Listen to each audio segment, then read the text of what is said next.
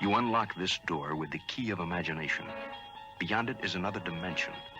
A dimension of sound. A dimension of sight. A dimension of mind. You're moving into a land of both shadow and substance, of things and ideas. You've just crossed over into the Twilight Zone. To all who come to this happy place, welcome.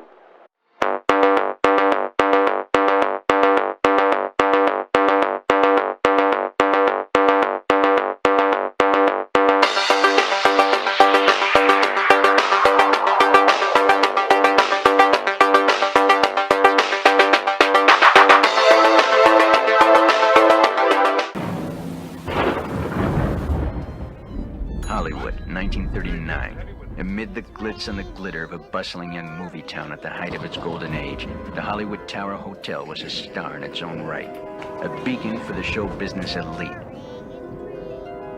Now, something is about to happen that will change all that.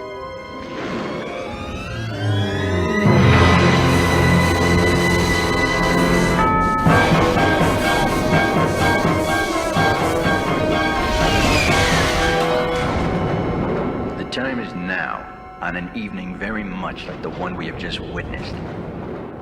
Tonight's story on the Twilight Zone is somewhat unique and calls for a different kind of introduction.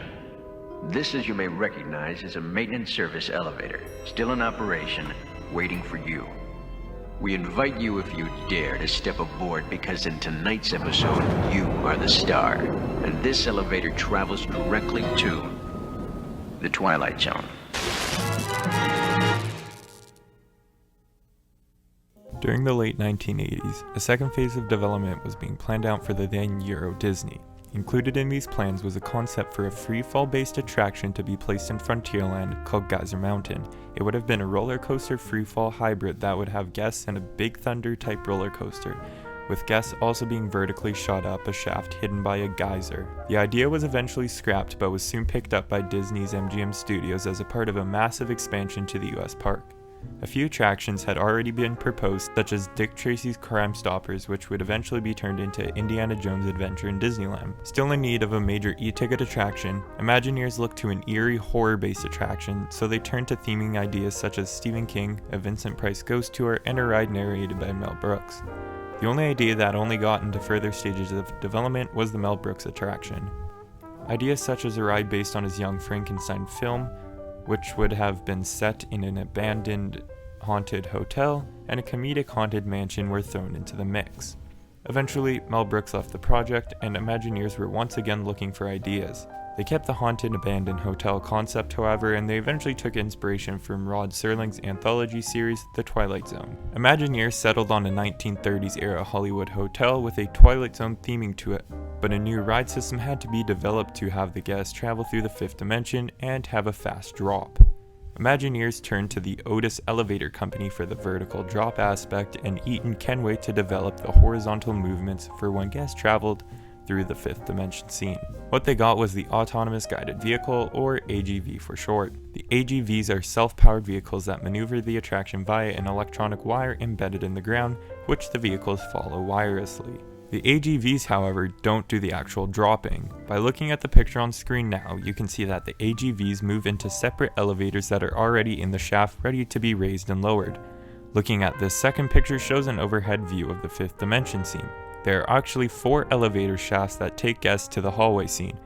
Then from there, the AGVs move out of the shafts, through the fifth dimension scene, and into the main drop shafts. While Disney was working on the story for the attraction, they felt like they needed to incorporate Rod Serling into the attraction.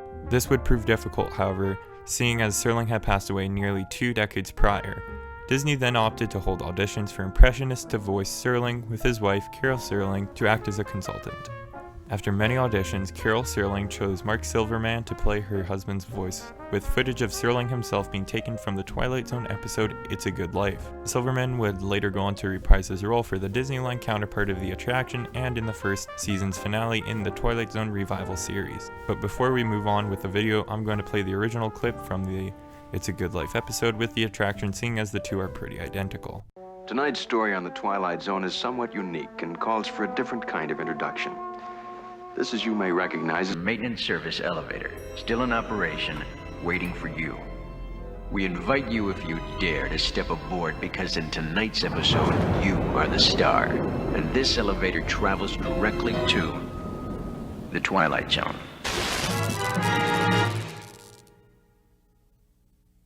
Site clearing and prep began in early 1992, with a sinkhole being discovered early in construction and caused the site having to be moved slightly. The design of the tower took inspiration from California landmarks including the Baltimore Hotel and the Mission Inn.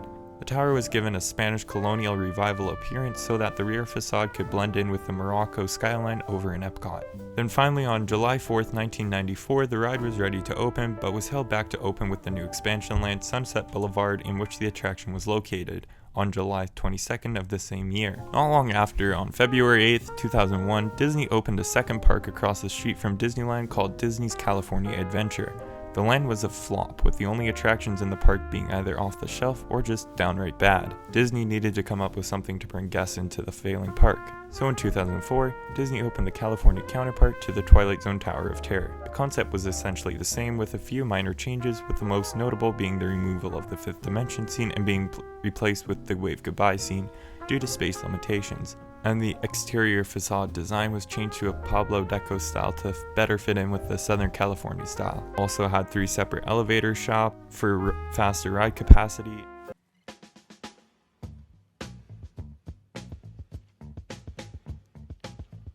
Jump to August 1st, 2014. Marvel Studios had just released Guardians of the Galaxy, which opened with great reviews and brought in $773.3 million at the box office. Then, during the 2016 San Diego Comic-Con, Disney announced that they would be replacing California's version of the Tower of Terror with an attraction based off Marvel's popular film, Guardians of the Galaxy, titled Guardians of the Galaxy Mission Breakout. The Tower of Terror's final day of operation was January 2nd, 2017, with the ride closing the day after. On September 9th, 2016, Disney began a farewell to the attraction called Late Checkout, which offered riders the drop portion in complete darkness.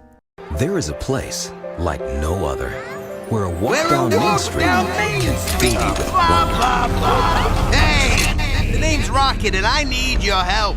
The Collector has trapped my friends, the Guardians of the Galaxy, in his weird freak show. Check it out. This is the joint we're in, and we need you to help us break out. Got it? Good. Now move it. I gotta go. Here, there is magic for days. The attraction opened on May 25th, 2017, only 36 days after the release of the franchise's second film. In my opinion, Mission Breakout is a worthy predecessor to the Tower of Terror in Disneyland. Sure, there's a slight overuse of screens, but the practical scenes and the incredible Rocket Raccoon audio animatronic in the queue make up for it pretty well in my opinion. Leave a comment down below telling me what ride you prefer, Tower of Terror or Mission Breakout. I'm also going to try and upload a video every month or every other month, so stay tuned for that.